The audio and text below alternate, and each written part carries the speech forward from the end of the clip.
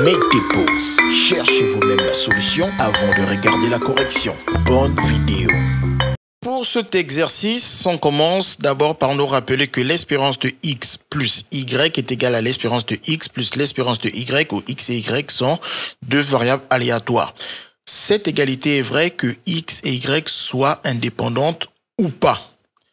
Contrairement à l'égalité v de x plus y qui est égal à v de x plus v de y que si x et y sont indépendantes.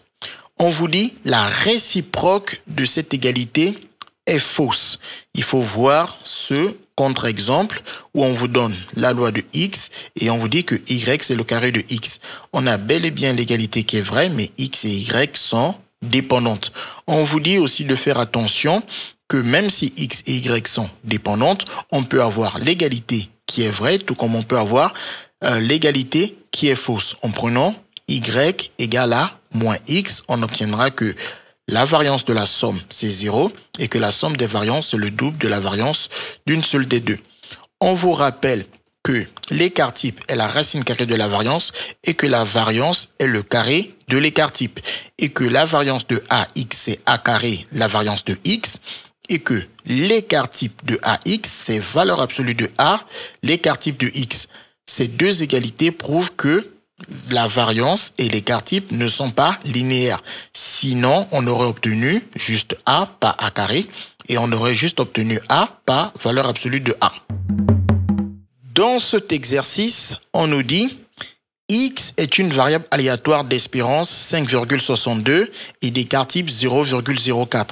Y est une variable aléatoire d'espérance moins 1,59 et d'écart type 0,12. On nous précise que x et y sont indépendantes. Donc ici, nous cherchons la variance de x plus y. Donc déjà, on va nommer ce dont on a besoin pour faire du calcul avec les variances. Déjà, comme c'est la variance d'une somme, on a besoin que les variables x et y soient indépendantes pour pouvoir utiliser la formule qui nous dit que la variance de x plus y est égale à la variance de x plus la variance de y. Cette formule ne marche que si les deux variables sont indépendantes.